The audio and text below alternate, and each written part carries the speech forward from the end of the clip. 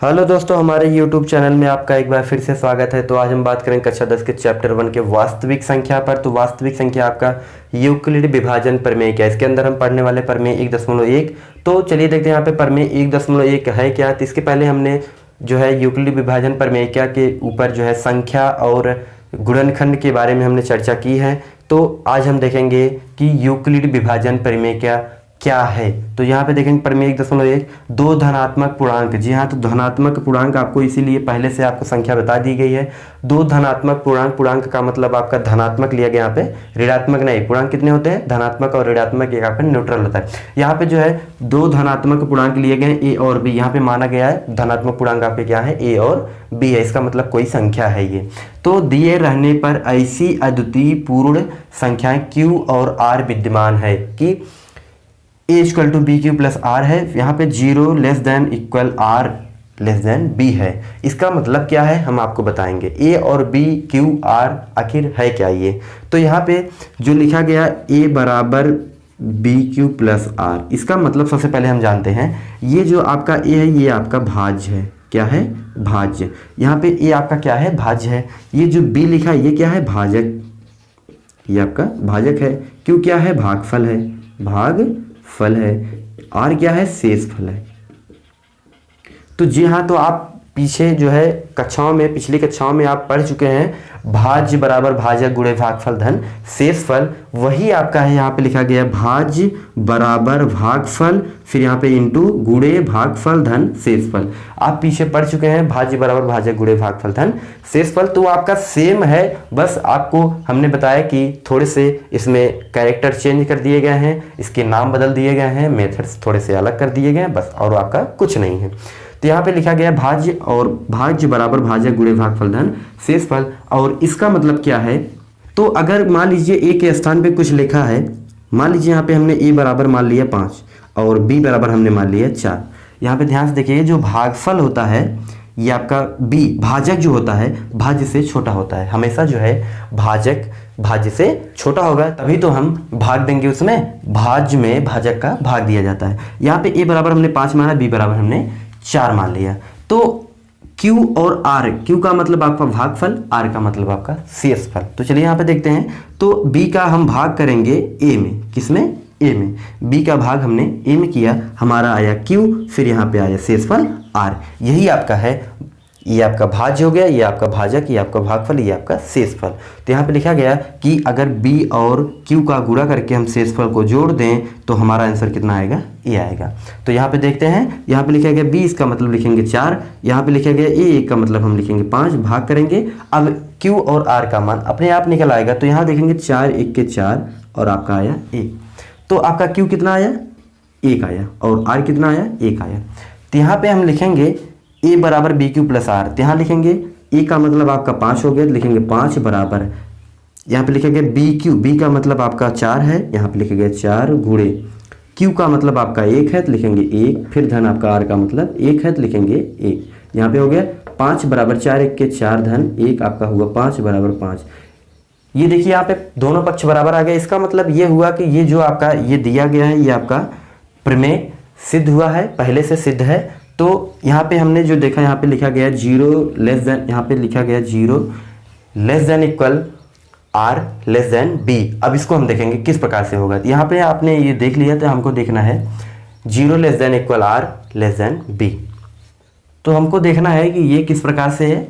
तो हमको एक उदाहरण लेना है, उदाहरण के ऊपर जो है हम आपको समझाएंगे। तो चलिए यहाँ पे देखते हैं, एक मान लेते हैं 6 और एक मान लेते हैं 7। हमने दो संख्या मान लिया।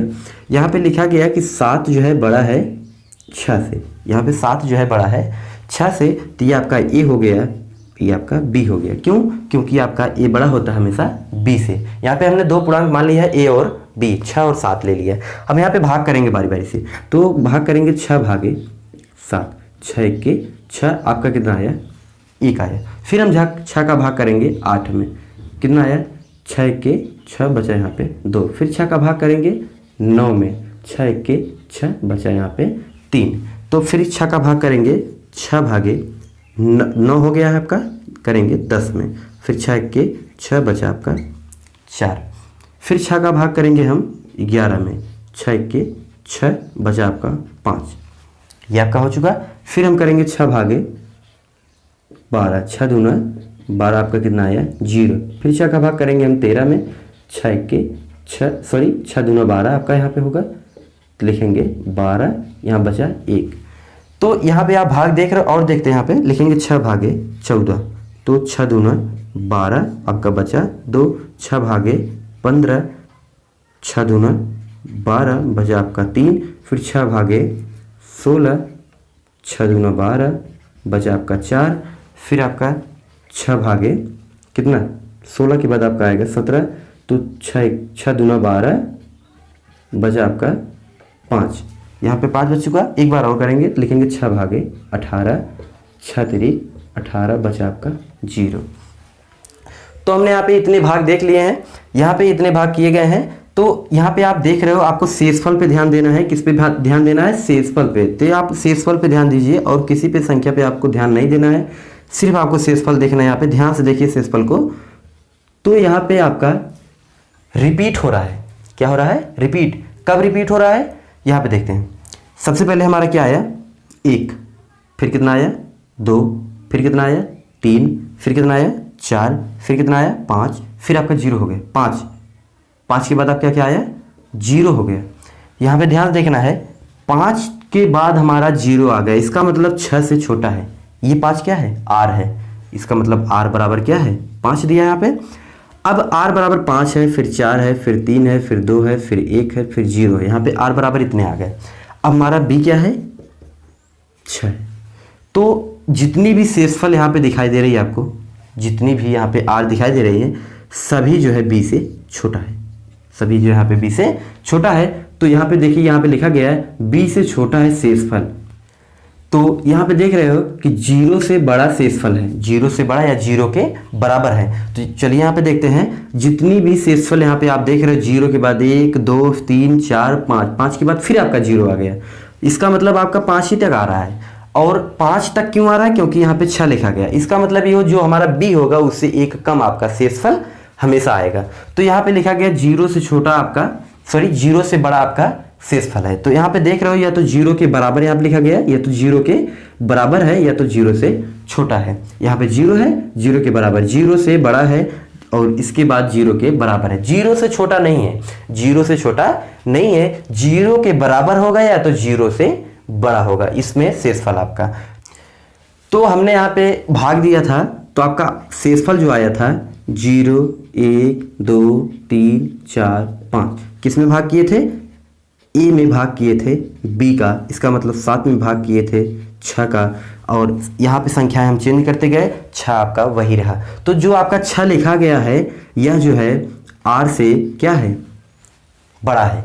6 जो है R से बड़ा है। तो यहाँ पे आप लिख सकते हो कि R से बड़ा है B, R से बड़ा है B। ये हमेशा आपका R से B बड़ा होगा। तो एक आपका मिल चुका है यहाँ पे, R से बड़ा है B। अब यहाँ पे लिखा गया, ये देखिए यहाँ पे, तो हमने जो शेषफल देखा कितना है? 0, 1, 2, 3, 4, 5। 0 से छोटा नहीं है शेषफल आपका, 0 से छोटा नहीं है। हमने आपको बताया अभी कि 0 से छोटा नहीं है, इसका मतलब ये हुआ यह 0 से छोटा नहीं है, बल्कि शेषफल आपका, जो शेषफल है R जो है आपका 0 से बड़ा है। क्या है? 0 से बड़ा है या तो 0 के बराबर है। यहाँ पे आप देख रहे हो, या तो 0 है या तो 0 से बड़ा है, 0 से छोटा नहीं है। तो आपका बना क्या? 0 या तो इक्वल होगा या तो लेस देन होगा। 0 जो है या तो इक्वल होगा या तो लेस देन होगा, इसको कहते हैं लेस देन इक्वल। तो यहाँ पे आपका हो गया R का मतलब आपका शेषफल हुआ। फिर यहाँ पे छोटा है किससे? B से। आपका जो शेषफल है B से छोटा है, फिर आपका 0 जो है R से भी छोटा है।